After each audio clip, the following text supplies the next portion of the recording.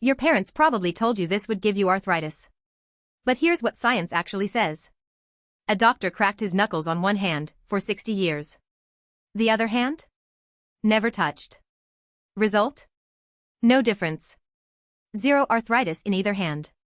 Multiple studies confirmed it. Cracking knuckles doesn't cause arthritis. That pop? It's just gas bubbles in your joints releasing pressure. Completely harmless. So crack away, your joints are fine.